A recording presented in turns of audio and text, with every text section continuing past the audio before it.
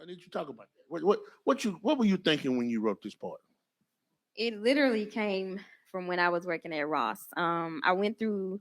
Let me just go on and tell the whole story. I went through a marriage that was but really bad.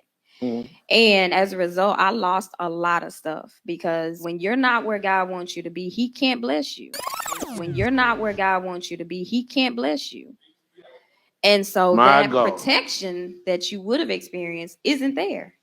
And so as a result, my consequence was losing my car. It was repossessed. And so I took the part-time job to get a car. And working there was an experience because coming from education to a retail store, you have to make the transition. Anyway, long story short, I was working and it was a purse, I think, that I left a security tag on.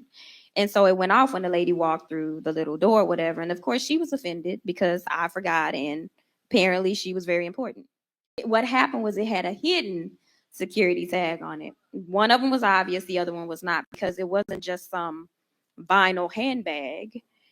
It was a designer name brand handbag. And so when she walked through whatever, I took it off and I was like, when I made it home, it's like, we put so much value on materialistic things that we have to put 2 security tags on it to make sure that it's not stolen.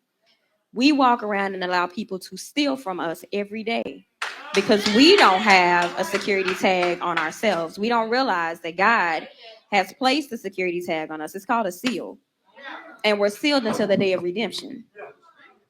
So then we don't have a right to just sit around and say, cast our pearls among swine.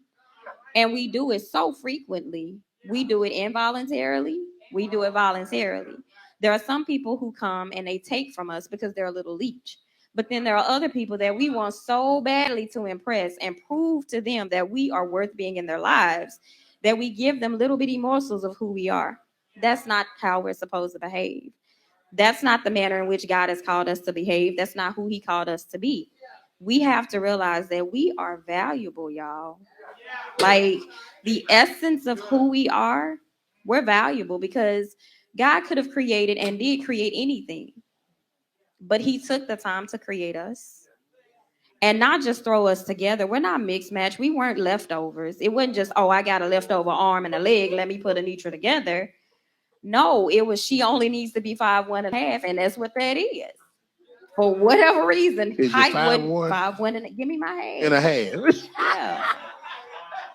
For whatever reason, He didn't want me to be tall. Probably because I would have had big man syndrome, big woman syndrome or something. I don't know. But I have, my little height deficiency. I won't say I'm short. I just have a height deficiency. But that's how He chose to put me together. He chose to put me together. And so we don't have a right to look in a mirror and pick ourselves apart and say, this is wrong with me and that's wrong with me and this and that. Yeah, we can do what we need to do to lose weight, to maintain health, not looks, not trying to prove that you fine. God put you together in that manner. Do what you can to take care of your vessel, which is His temple. But ultimately, you don't have to walk around putting on airs or trying to change yourself to make yourself fit in. Dr. Seuss said it best. Why fit in when you were born to stand out? Everyone in this room was born to stand out. And I used to have an issue with that. Like, why am I so different? Because I made you different, said the Lord.